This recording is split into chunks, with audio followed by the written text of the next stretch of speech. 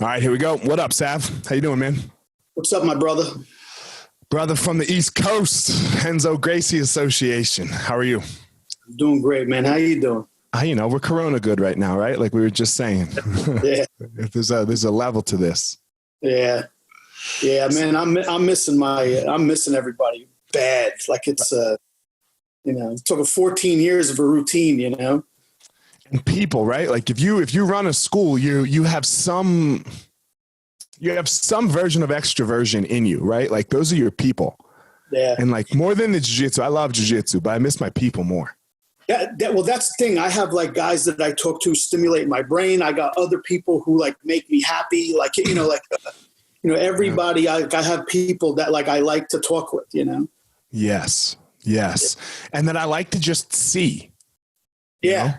Right. And we do jiu-jitsu. Just their smile makes me happy. Like, just seeing them. I have people like I'm almost going through withdrawals. Like I have like a couple of people that I tease in the warm-ups every day. And like, I haven't got a chance to like bust their chops. It's like driving me crazy. Like I found myself, we have a private Facebook group and I started busting one of the guys' chops like online. I'm like, I'm sorry, I got withdrawals, Dude, so I have a group of 3 of us, I'm sorry, there's 4 of us.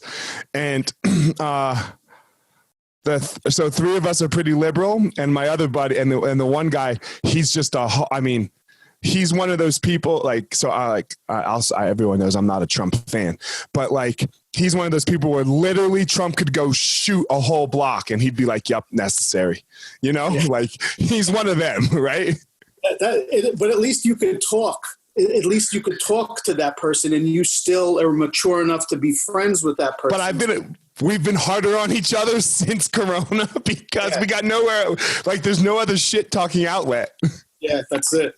And I'm completely off. I had to get off social media because it was actually bringing me into like, in the beginning, I'm watching like every news conference of like, President Trump and then all the governors and everything and trying to figure out like when this is going to go to so I could write up a business plan and everything. And I was driving myself crazy. So I just had to take a step back. Yeah, you can't watch it all, right? Because you go nuts. So I watched Ozark for 14 hours straight. Fuck yeah, Ozark. Dude, the end of Ozark. Oh my God. Right? Like I knew something was happening, but I didn't think it was going to be like that. Yeah, I thought it was what happened. I don't want to ruin it for the people, but what happened, I thought it was going to be somebody else. Right. Yes. And I didn't think it was going to be that sudden and intense. Yeah, I was like, somebody was like, whoa! Oh shit. I thought this season was great. Yeah, it was fantastic. Ruth is my favorite character. I fucking love Ruth. Yeah, me too. Just the way she yells. Yeah. I'm actually, what I'm watching now that's great? Gomorrah. It's a friend of mine. It's the #1 show in Italy. It's like kind of like a mob show, but like one of my things that I wanted to do like during this whole pandemic was I wanted to get back to like learning other languages and stuff like that, try to pick up. That was like one of my things. And I'm actually like I used to be able to, same with Portuguese, I used to be able to not speak it, but like if somebody was speaking it to me and they were speaking like not like New York fast, like I could understand and figure out what they were saying. But like just watching the show Gomorrah, because it's an Italian show, it's in Italian, you got to watch subtitles and stuff. I'm actually starting to get some of my Italian back. So. Oh, nice. Hell yeah. Yeah, so. Gomorrah, huh? Where is it? Where do you watch it? It's on Netflix. Okay. All right.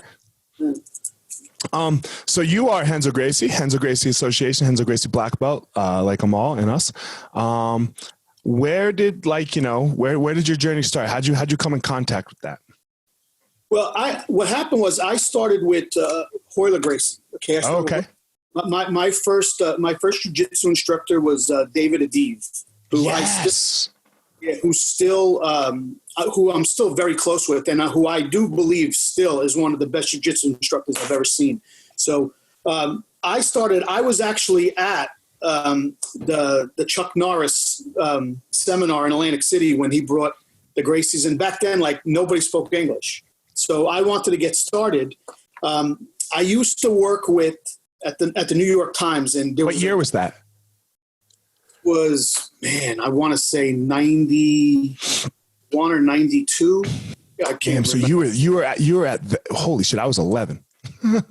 Yeah. So, but I used to work with this guy, Johnny Rods, who was the unpredictable Johnny Rods. He was a WWF wrestler, but he had like 5 different black belts. And I was always asking him, like, what should I do? And he's the one who actually told me about the Gracies. Okay. So I went to that seminar, and there was literally nobody in the United States, like, kind of teaching except for, the original Gracie Academy.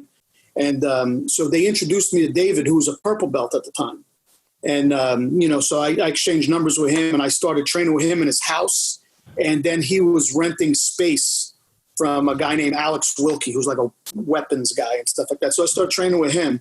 And a lot of the guys that I started with, like some you would know, like Carl Massaro and George Cernak, and who else was in that group? Lou Vintaloro, a bunch of guys. But we would train because Dave was teaching like 3 days a week, and then Henzo finally moved to the city, and he was teaching a couple of days a week. So a lot of us would train with both. Like, so we were going, like, say, Tuesday and Wednesday there, and then we'd go to the city. That's when Henzo was still with Kukuk. Kukuk, yep. Yeah, and so we were, like, kind of training on the boat, and then everybody, like, when both guys started teaching, like, 5 days a week, guys started, like, choosing teams, like, and so I stayed with Dave because he was, like, my first teacher, and, and then what happened when Jiu-Jitsu started getting more popular and there were more schools. I had a falling out with somebody in Hoyler's organization, and I wound up going back to Henzo. So I was actually a purple belt. So that's when, I was that's when I used to see you all the time when you were coming to train, and that was on 37th Street. Yeah, that was the methadone clinic. Yeah, that was crazy times. And, then I became really good friends with a lot of guys there, my training partners and stuff. I was talking to Jamal about the methadone clinic. You wanted to do jiu-jitsu when you were riding that elevator up, right? 100%, especially on Saturdays, like Saturdays. And then you couldn't even get on the elevator. So then you'd have to walk up the steps. Oh, my God, man. That was going on, But then, Henzo had such a good personality back then. It was just like, you'd go through all of that stuff. Like, you'd have to weave your way through everybody and then get up the stairs, and then the elevator would open up and Henzo would be like, okay, well, now the good guys are here. Holy shit, you do Henzo so good. Whoa. And then it'd be like, that was it. So. Just being around that guy is the most amazing experience in the whole world. I've never had a better experience like around a single human being. He's an amazing human being in so many ways. Like, I remember one time walking down the street from him, just at the academy where he's now on 30th Street. And we had just gotten something to eat, like a bunch of us, and we're walking down the street and we're all talking, and Henzo goes, hold on a second. And he walks across the street and he starts talking to a guy, and like, we're like, what's going on? Well, we didn't know if this was going to be a fight or what, this is somebody that, and he recognized a guy that he grew up with that he hadn't seen since he was like 6 years old, like, or 7 years old, like a Brazilian guy that he knew from Brazil. Holy shit. He walked across the street and he recognized the guy. I'm like, Henzo, if you haven't seen this guy since he's a kid, how did you know that was him? And he goes, I recognize him right away.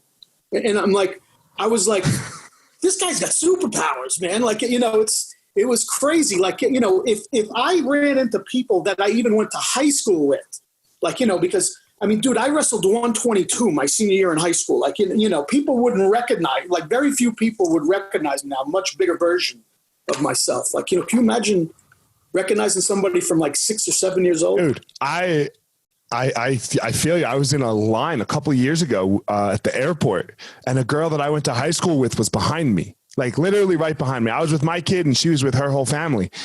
And we probably stood there for 10 minutes, like kind of like looking at each other, right? Like, and it was an airport line. Like, so you're in line. Like, we were there for a while before one of us finally said like, hey, and he's recognizing people from across the street that he hasn't seen in 50 years.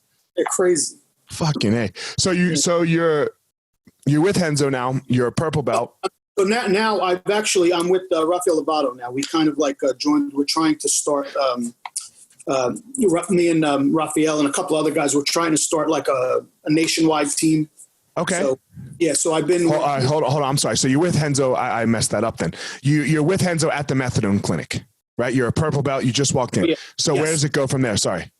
Yeah. So I was with them for a while, and then I opened up my own school, and I was just kind of doing my own thing, and and then the politics got involved in everything, just like everything. I have no bad terms with anybody, but I was just doing my own thing for a while, and then just through the whole circle of the guys that we knew, I still train with and talk to every day, a lot of my Renzo guys and stuff like that, and and even them, they still consider me like that. But I didn't even know. So yeah.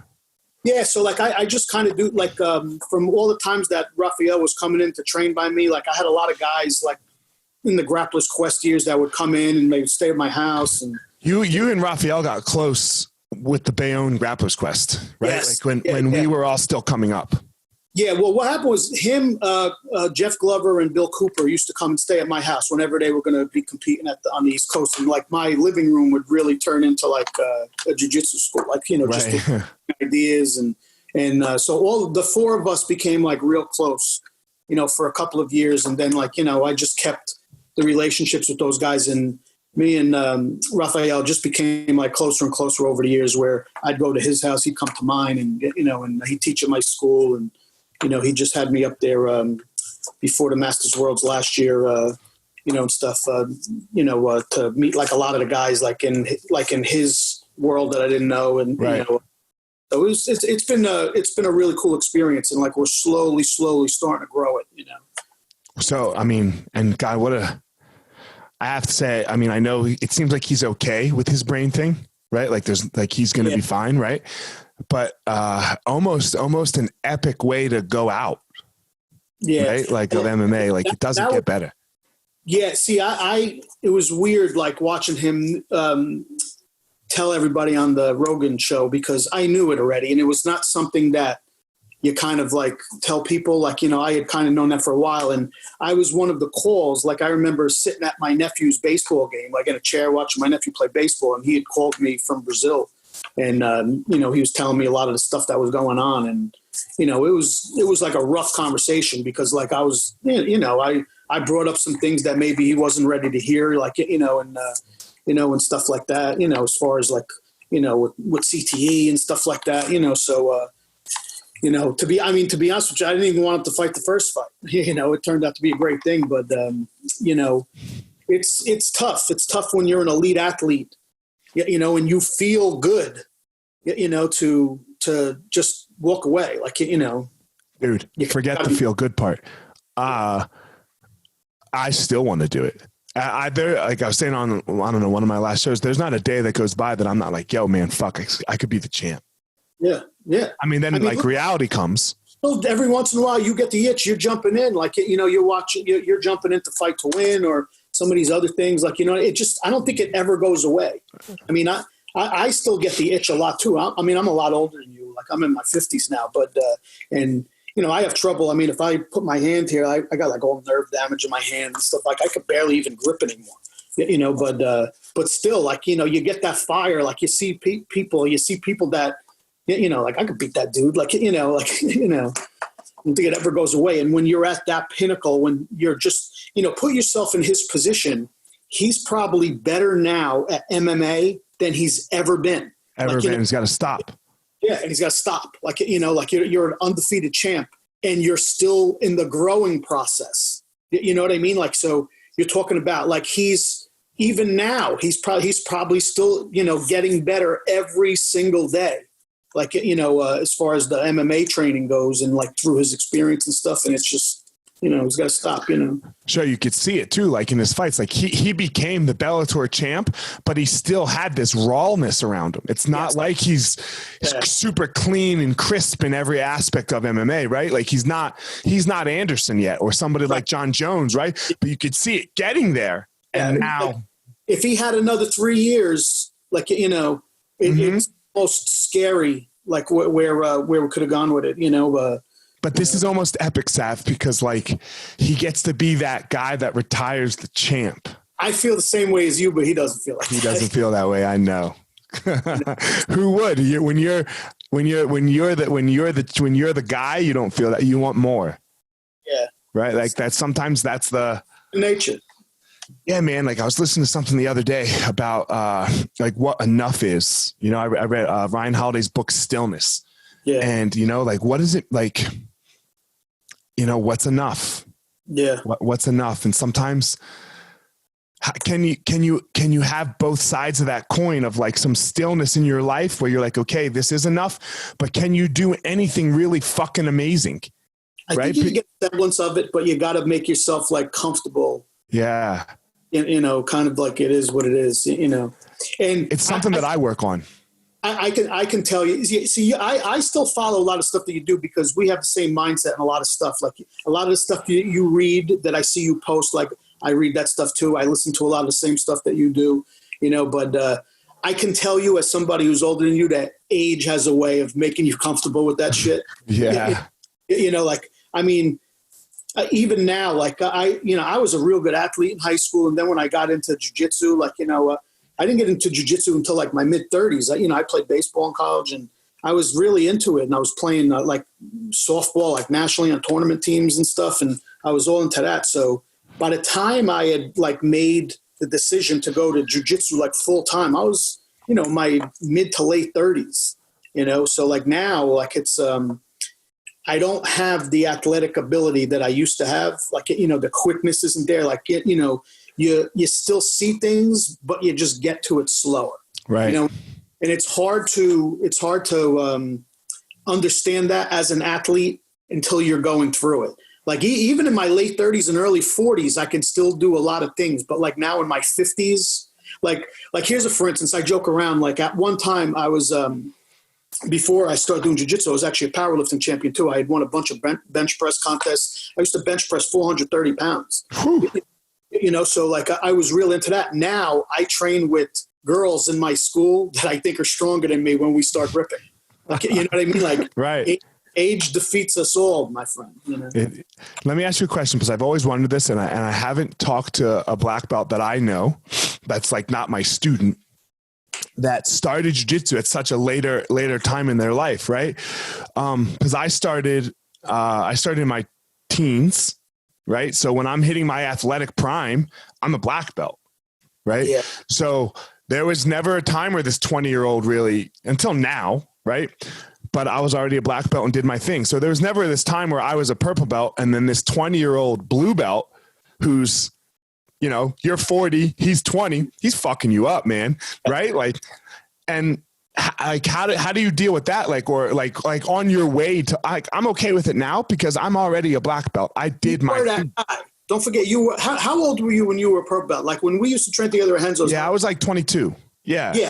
So, I mean, like, look, you know, without telling training room secrets, so to speak, right. I mean, there were some high level people that you were finishing back then. Like, you know, so. Right. You know, so I was that guy. What's it like the other guy who's still coming up and like, you want your black belt someday. And like, look, we can say it all we want. You can't help but measure yourself against how you're doing when you're rolling, right? It's fucking impossible not to. Yeah. So like, how did you deal with that when like the 20-year-old, you know, came in and you were like a brown belt, but when you were brown belt, how old were you? 30, 40? Yeah, probably 40 years old. Yeah. Look, age is losing there too. Maybe a little under that. I don't even remember it. I got 20-year-old purple belts right now that will fuck me up. Yeah. I have, you know, I got some guys. It's funny to say, like, you know, now that we're teachers and our mind is in a different place than it was back then. Like I literally believe the most technical person in my whole school is a 14-year-old girl. And this includes like the black belts. Yes. Like I have, we call her baby T. Like I have a 14-year-old, she's a freshman in high school, but like, I remember last year, JT came in and taught at my school and he showed some really high level stuff. Like, you know, like he did a seminar, but it wasn't like a seminar for like white belts and blue belts. It was really high level. And I'm watching, like, I always love when I bring in like a high level guy to do a seminar, I always love to watch the next week to see who's working on the stuff that they learned and who's picking it up and who's not. And I'm watching like 3 or 4 days later and everybody's struggling with what he showed. And she is fucking people up. with everything that he showed. Like I'm sitting there, like almost in amazement, because some of the stuff he was showing, I'm like, man, I need to work on some of that stuff too. Like, you know, and she's like, bang, like, you know, like tapping out like female brown belts and black belts, you know, and like men, purple belt men. She's like tapping out with this stuff that he showed like 3 days before, like almost mastered it. Like, but it's crazy. It's crazy what some of these guys done. I'll agree with you. I think so. I think we all have that young girl, you know, who like, well, if you run a good school and are a decent teacher, you have that, you know. But I think that's part of it too, Elliot. You know, don't forget, when the time that we came up, we were kind of like, you know, it was like a kill or be killed like atmosphere in a lot of the schools across America. You were thrown in with the wolves. And you were, you know, if you were tough enough, you came back, and it took like a long time, you know, to like, you know, like it was almost like we were broken down and then built back up. But like now, people come into my school, it's like so much more welcoming. Literally, I mean, I have your whole first year written out on the wall, like, you know, and it's crazy. And like people like could go there and they have a clear plan of what they need to know. Like, you know, to get them to blue belt, like, you know, and that's ever changing. And it's just, I think that's why, you know, like, look, I'm a big old school guy and I still love old school jiu-jitsu, but the black belts now are better than ever. You know, better than ever. You know, maybe they're not, well, I will agree with the people who were detractors to that. Maybe they're not as ready for MMA as the people from our generation, like, you know, because there's so much competition and, you know, but it depends, you know, what camp you're from and stuff. But these guys now are better than ever. Like, okay, you know, they might not be ready for MMA necessarily, but let's not kid ourselves. Like, I hate man, like if you're only doing sport jiu-jitsu, you'd get fucked up in a street fight. No, you wouldn't. No, you wouldn't. Yeah. You could berimbolo to a motherfucker's back if you wanted to. You're so good at jiu-jitsu. Yeah. I mean, anybody who's a blue belt in jiu-jitsu, I have proof of it. I've had some guys in my school who are just unathletic, like out of shape, like blue belts, like literally two had problems at work. And I'd say the last 3 years, and like how to defend themselves, like at work. And like, you know, like this one guy who came to me and thanked me, I would have been like, I would have never thought in a million years like this dude would be able to like handle himself and protect himself, and he did. Like, did you have students that quit that can do it? Yeah. Right. Yeah. That quit jiu-jitsu as a blue belt and haven't trained in a year, but still because of those skills. 100%. Right. Like, yeah, you know, so it's not like, I mean, so I hate that argument of, oh yeah, sure. Okay, great. You won't go fight Conor McGregor. I get it. Yeah. But who can? Who can? What, 10 people his way in the world that would have a shot at. Right. So fuck off.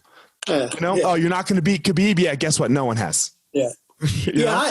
I go through this a lot with friends who don't train, and like I have some other friends too who always try to bring me into these arguments and stuff. Like it used to be the big thing when like Ronda was beating people, you know, and they're like, you know, like so guys like she wouldn't beat me. I'm like, Ronda will fuck you up. Like you have no idea. Like if like listen. Anybody could land a punch in like the right spot and knock anybody out, and that includes men. But if you clinch, like I've seen her launch men who train, like, you know, you're just like this guy who like, you played football in high school 20 years ago and you think like you're going to beat up somebody who trains every day and does this for a living. Come on, man. She'll fuck you up. Destroy you.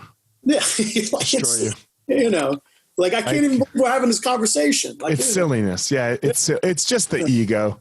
Yeah. Right. It's just, and I try not even to fault him, right? Because like we all get wrapped up in it.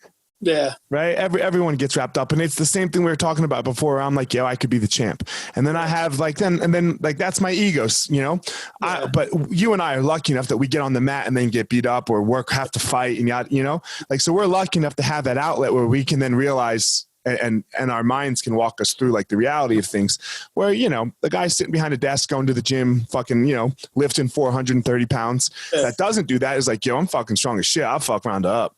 Yeah. You know, like the weights don't ego check you. Yeah. Yeah. 100%. You know? Let me ask you this as somebody who's like now like retired from MMA, like, do you think you could ever get yourself now to the same level of discipline to like make weight Like, Fuck no. Yeah. Make weight? Are you kidding me? Fuck off. I can't diet for a week, homie. that's like what, but I ask you that question to try to even teach like my people that I know are going to watch this. One of my big things I try to teach is to stay in your routine. Even when you're hurt, stay in your routine. Come to class, watch class, take notes and stuff. Because once we get out of that disciplined, especially the guys that are super disciplined, like the competitors, it's really hard to go back to that, like, and be at like your optimal weight, so to speak. I was listening to Gordon, to Braulio and Hodger for a second, just a clip of them on the Flow Grappling podcast, and they asked who's going to win the super fight, Galvao or Gordon. And they were just like, look, it's Gordon, age, but I thought, a lot of things, but I thought Gordon's point, Braulio's point about the situation was really good at the end that he made. He's like, look, Gordon's got one thing to fucking think about: kill, right? Murder everyone, where Galvao, look, he's going to take 3 months and train really hard. Yeah. But he's got other things, man. Yeah. Wife, daughter, autos, businesses, right? Like, and as you can't put them aside. That's not possible. You can't do it. You lose that, when you have other things going on, and you just kind of lose that killer instinct. You just can't. That's why, like, I actually give Galvao credit and guys like Lovato credit that they were able to do it still at a high level after opening schools. Not a lot of people could do that, right? But like you said, like, Gordon still has laser focus, and I don't even believe a lot of people understand how good he is. Like, he does so many things so well. Like, he's a guy I was saying even before he was winning stuff. I'm like, this dude has the best butterfly guard I've seen since Marcelo. Like, right. And then that was before he started adding a lot of the other things to his game. Like, when he started actually going to people's back and then taking legs, and, he started putting arm drags in, but like, to me, he's really, really impressive. Like, he's really, really impressive. His skill set is really, really impressive. I think he's going to go down as number 2. He's going to go down as number 2. I don't think anybody's going to overtake Hodger. And selfishly, because this isn't what he wants, I have a hard time when people get into those arguments, and I always hate those arguments in any sport. For sure. In ours, anybody who hasn't done it in the gi as well could never be the GOAT. Like, and that's just the way it is. Yep. So he can be the no gi GOAT. I'll give him that now. Like, but no, not yet. Not yet. He's got to submit everyone at ADCC. You have to submit everyone. Like Hodger did in California. Like Hodger did in California. Yeah. Yeah. But like for me, like, especially when we're out there and we're teaching people, you got to get comfortable being uncomfortable. And like, that one of the things I hate about the competition scene now is I think there's too much stuff out there. And I think what happens is a lot of guys, there's too many different rule sets out there. And I think what's happening now is guys are only fighting in the rule sets that benefit them. You know what I mean? So like, so what it's going to be, all right, I'm only fighting no gi. I'm only fighting no time limit. I'm only doing that. Bro, I'm an old man. That's all I'm doing. I haven't won a points match in 20 years. And then you got on the flip side, so those guys don't think I'm just being hard on them. Then you got the gi dudes that are only going to fight IBJJF 8 minutes, like where they could stall and win by advantage. So they're choosing to do that. So when I see the guys that are doing it all, those are the guys I like. I agree. Yeah. Those are the GOATs, right? Like Buchecha. Yeah. Right, like the Buchechas, the JT Torreses, right? The Lovatos, like you have to, the Felipe Paynes, right? You have to be on the podium if you want to be the GOAT, right? And I don't like to separate gi and no gi. We're just talking about it all. Yeah. Right. Yeah. Like we're talking about jiu-jitsu. To me, it's the same. You're going to take everyone's resume and you're going to put it up at the end and say that dude's the GOAT. And at this point, it's actually 2 different sports. If you think about it, like, for sure. when you start talking about a lot of the leg reaping rules that are in the gi and stuff like that, and and the control of the collar as opposed to the head and stuff like that, and all the underneath stuff now, the ashigarami stuff that's going on now, and the stuff that's been added to the 50-50 position over like the last 5 years. It's literally, if you watch them, it's two different things. The IBJJF is going to have to get on board with no gi though and allow reaping. They're going to have to.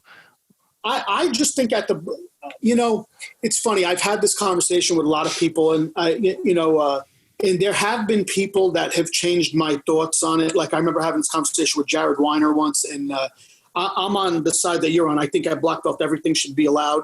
But when you hear from gi competitors and stuff like that, he brought up some points to me that I don't think it should be allowed in the gi. Yeah. I don't think reaping should be allowed in the gi because you get stuck and then you But in their no gi defend. No gi for sure. Yeah, 100%. In the gi, you can do all of the defenses right. And then the pants, there's just too much friction, and then people are going to get hurt. I can totally understand the gi, but no gi, no way. Yeah, and I think you'll start to see a lot more people float into it too. You know what I mean? So it just won't be about no gi about the ADCC, and that's and it sucks because every 2 years. Remember when we came up, it was every year. Now it's every two. In the 90s. In the 90s, it was every year. Every year, right. Yeah.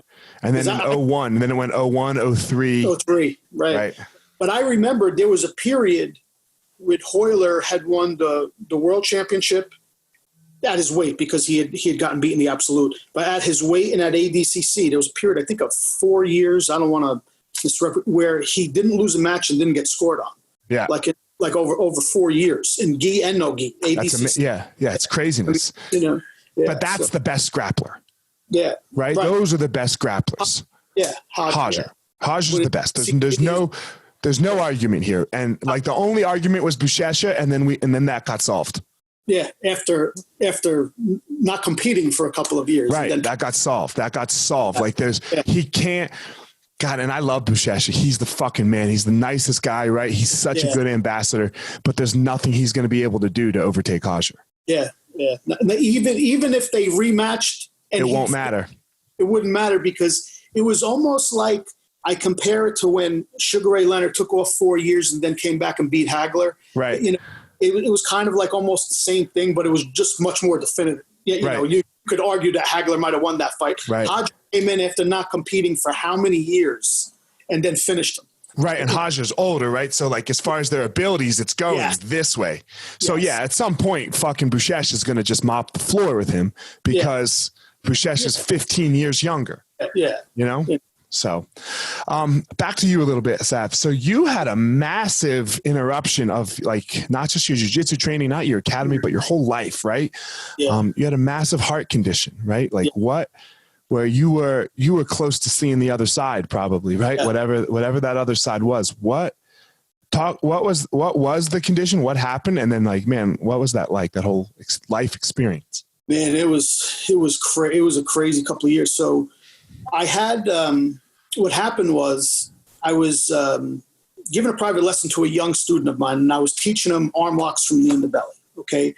And he kind of lost his balance and he really, really jacked up my arm, and I had bone chips floating around in my elbow. So I went to have surgery for my elbow. And because I'm diabetic, I have to go through all kinds of tests just to get cleared for surgery. So, I'm taking a test and I'm kind of failing the stress test. And I remember even my doctor, who's son's a wrestler and he's really into what I do and stuff like that. He was telling the lady, he goes, man, diabetics have false positives all the time. This dude's an animal. He's kicking everybody half his age's ass every night, and stuff like that. So this woman actually was really, she wanted more testing done. So the next day I had to go for a cardiocardiogram, and they found out that I was 90% occluded, which means that I literally had probably about 2 months to live. Like they said, in anywhere I was, I could have been walking in the supermarket and I just would have had a massive heart attack and dropped dead right there. So if that kid, I always joke around that kid saved my life, because if that didn't happen, I wouldn't be here right now. Because I get emotional talking about it a little bit, but So what happened was they found the thing. So immediately within 2 days, the doctor was so upset. He didn't even want to tell me. He actually made my girlfriend, who worked in the hospital too, my girlfriend at the time, come in and tell me. So I literally had 2 days to make a will, figure out what the hell was going to go on with my school, like everything, like, I had to get everything done like within 2 days, and I had surgery. And, and you don't know, it's funny, like, especially in our field, you get like, people have like the warrior and samurai talk, and I'm not scared of anything and all that stuff. And, like, listen, without sounding like an asshole, I know I'm a pretty tough guy, and I'm telling you right now, when they wheel you in and you don't know if you're going to die or not, all that shit goes right out the window, bro, because it is so emotional. I remember telling the lady, I can't stop crying. Like, I want to, I want to stop crying, but you can't. Like, you're just, your whole life like flashes before your eyes, like, in all the things that you're going to miss, and like all the things that you want to accomplish that you didn't accomplish. So, so I got through that. And then the rehab for that is hell. Like, literally, I got to stop you. I got to stop you. How did you get like, how did you get good with death? You don't really have a choice. Like, it's like, I almost equate it to like, if you have a friend who goes to war and you ask them, are they scared? And like, you really don't have time to be. Like, it's kind of the same thing. Like, listen, this is happening whether you like it or not. Like, if you don't do this, you're going to die in 2 months. Like, so it's just something that it has to be done. And there's just, and this wasn't like, I didn't get stents put in. Like, I had 5 blocked arteries. This was like this was a quintuple bypass, like, and they basically, had to just flush everything through again. So like, now I'm like a recharged person, but it takes a while. Like, it takes a while to get back to, to that spot. Like, and you don't really have time. You're like, for me, like I said, in 2 days, I remember, like my best friend drove me there that day. He's like, you want me to stay with you? And I'm like, nah, it's kind of something I got to face by myself. And, so you'll go through it, and then, like, you don't even remember it. Like, I remember being wheeled in, you put out, and, when she says to count back from 10, like, you've had surgeries before, when they say count up from 10, it's like, is this the last thing we're ever going to do? Yeah. So, and then like, you're so fucked up. Like, I don't even really remember, like, waking up, like, I know, like, I've had people that, got to see me and said like, it was tough seeing me with the tubes and stuff, but I don't really even remember like waking up, like what was the first thing I saw, who was there. Like, I really don't. In fact, I remember one of my best friends, my friend Mike, came to watch, when I was in intensive care, came to watch a Thursday night football game with me one night while I was still in intensive care. He sat with me, and the next day I was in the room with my mom, and there was like a Sports Illustrated in the bed. I'm like, oh, you brought me a Sports Illustrated? And she's like, no, Mike brought you that yesterday. I'm like, Mike who? She's like, Mike Stevens was here yesterday. I said, I didn't even fucking remember. Like, he literally watched a whole football game with me the night before, and I didn't even remember. That's kind of like how fucked up you are, And when do you start remembering again? Well, I started to remember stuff when I was in intensive care, because there's just everyday things that you take for granted that you can't even do, like get up, like go to the bathroom by yourself, like, like little like you can't even walk, like you're like a baby, you have to learn how to walk. Like, I remember I had to, like, you started at once a day, like you had to walk down the hallway and then walk back, and and then when you could do that 3 times, it's like, oh man, I'm making progress. Like, you know what I mean? And like then your heart could handle it, you're saying? Yes. Yeah. And then they move you to steps. You know what I mean? So they actually bring you to steps with like 3 different people. God forbid you fall. Like, so you're slowly walking up 5 steps, like down 5 steps, and it's, that's like the beginning of rehab. But I could tell you what I do remember is when I was back in my room, you can't get comfortable anywhere. So I literally didn't sleep for like 2.5 weeks. And to tell you a funny story, I remember one day calling my dad, and for people out there who know my dad's shot. So I said, Dad, listen, I said, you coming to visit today? He says, yeah. I said, come alone and come before anybody comes. And there was a clock on my wall. Like every time, like I think I watched every Pawn Stars episode that was on the History Channel, like when I was in the hospital, because I didn't sleep. That's all I was doing. But every time I thought I was going to sleep, there was a clock on the wall that would just go tick, tick, tick, and you heard it. So I remember my dad came in and goes, what's the matter? I said, listen to me. I go, shut that door, take that fucking clock off the wall, and go put that fucking clock wherever the hell you want to put that clock. I go, get it the fuck out of my room. My crazy ass Brooklyn dad took the thing off the wall, put it in his jacket. He said, I'll see you in 10 minutes. He got rid of it. And finally, I think like 2 days later, I slept for the first time.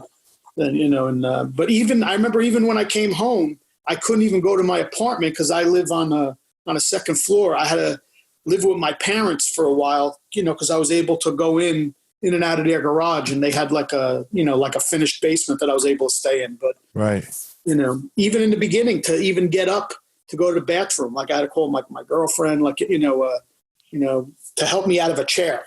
It was crazy, man. Like, and nobody can give you the right amount of time. Like, athletes don't have that heart surgery. You know what I mean? It's normally older people. Like even when I was in rehab, everybody's like, what the fuck happened to you, man? Like, and so like, when I'm trying to get a time, not even to train again, just to teach again, like, they don't know. I mean, they originally told me like 4 months, and in my head I'm going, there's no fucking way. Like I'm going to be teaching again in 4 months. Like, and then, then my doctor's saying maybe a year. And I actually have a friend whose husband went through it.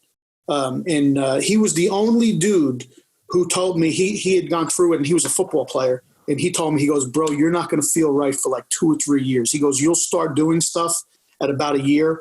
He goes, but you're not going to feel right for like 2 or 3 years. And that dude was 100% right. I didn't feel right for like probably like almost 2.5, 3 years. To come back. It brings up, like my wife, works in, she used to be an ICU nurse. Now she's a nurse practitioner. So she rounds, on patients, she's a hospitalist. They say it brings on a lot of anxiety for people, right? Yeah. Like that open heart surgery. Did you experience a lot of afterwards anxiety?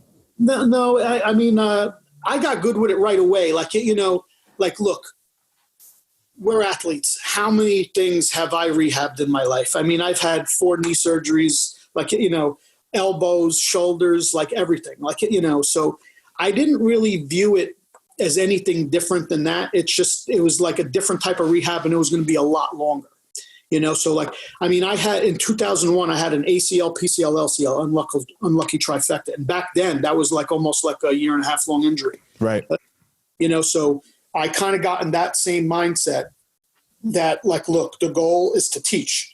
Then when I get to teach, the goal is to train, so you keep, moving the goalpost, so to speak. But like, once you hit that first one, all right, this is the first step in the journey to get like all the way back, but I mean, I've always been big on film study and stuff like that. Like I've always been like, I'm a very visual learner. So like, even then, like it gave me more time. Like I literally felt like I was getting better, even though I wasn't training, because there was so much, it was a good time. There was so much new stuff to learn. I remember I bought the UFC Fight Pass, and I was literally, because, I was still taking privates with John Danaher and stuff to learn all that stuff, and I had to stop.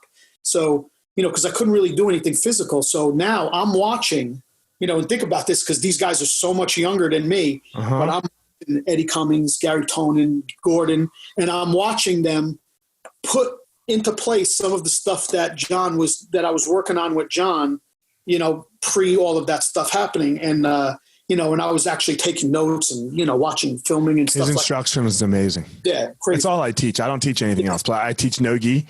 Yeah. There's no reason to teach anything else. Yeah. But I mean, I guess you got to pass the guard. Yeah. Yeah. Even some of, stuff that, you had some videos up on your YouTube channel too, that like I would tell some of my students to like, watch and stuff like that. You had like some Ashigarami stuff that you had up for a while. It's all his stuff that like I have, you know, obviously I put a little twist on it. Like I'm not straight stealing, but. Right. Yeah. Well, that's what we do. We learn stuff and then like, you know, we add it to like our game. So everybody has different stuff, like, you know, and I like to watch everybody, but I actually I felt like I was still getting better all the time, you know, and growing, you know, and cause it's just the mindset that you have. And, you know, and then eventually I was able to get back to where I would be able to do stuff like, you know, it's the mindset you have to have right now too, right? Because if you're sitting here during this time off, you know, quote unquote, you're fucking up. This ain't time off. Yeah.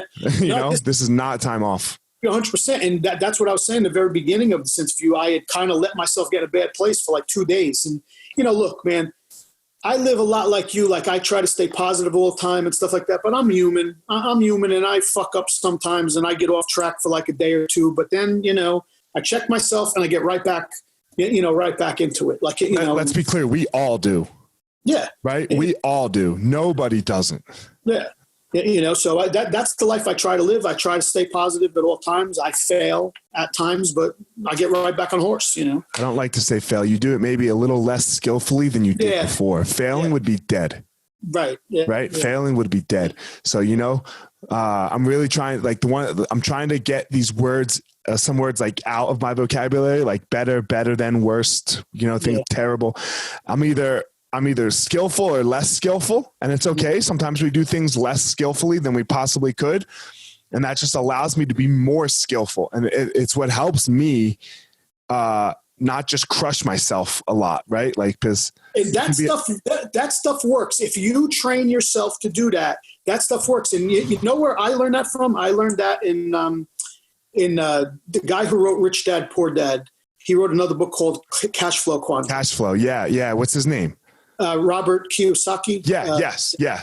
Yeah. So, but in that book, he said, and I tried to, you know, I've taught this to my students for stuff outside the academy. It says, and this is something that I don't use. He said, stop saying I can't afford it. Change that for 6 months to how can I afford it, and watch your life change. And I did that. And I swear to God, my life changed. And it's the same thing, like as what you're saying.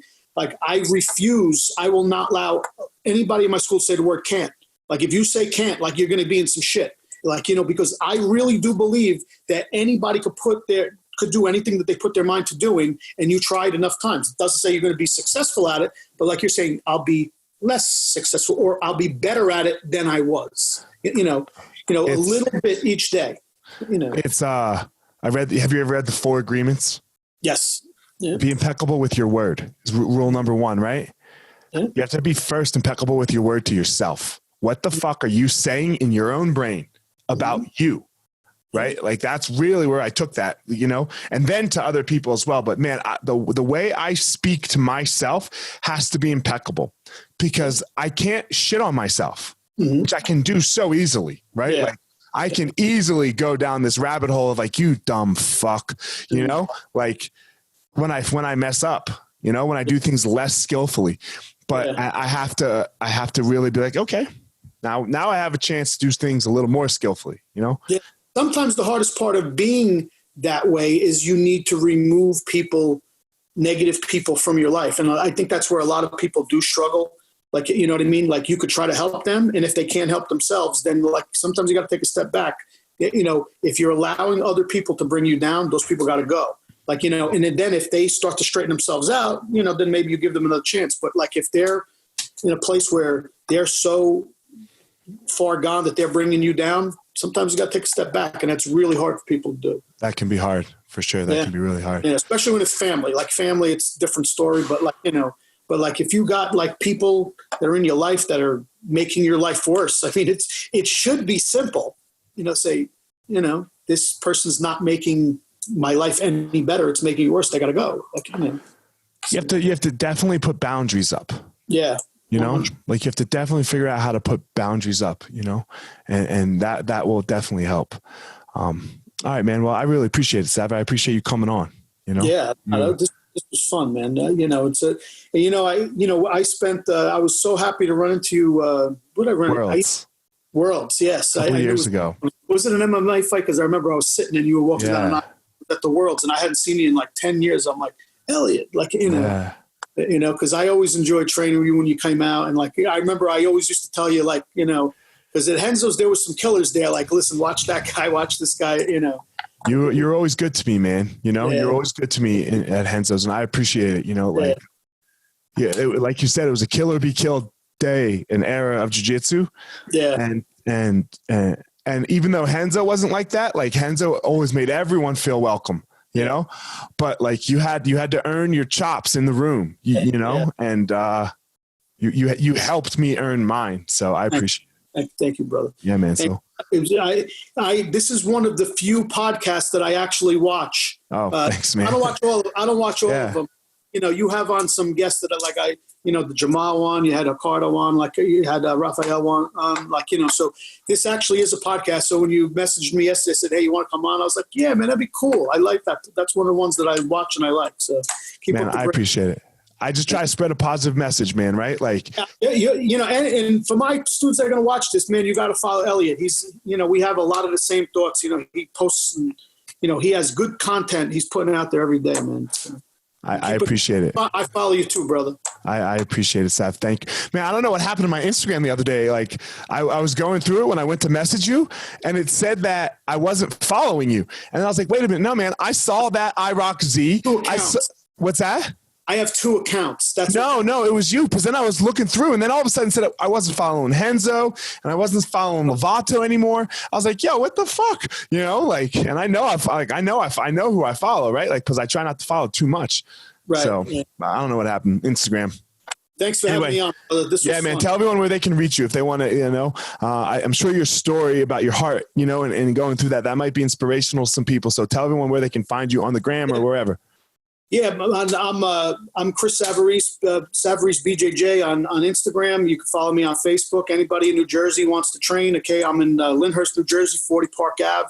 You could just hit me up anytime, and everybody's welcome in my school. Anybody from out of state floating in for, I'm 10 minutes away from New York City, so anybody who wants to train is always more than welcome. And I got to come see you too, brother, soon. My man, anytime, Sav, anytime. Thanks for coming on.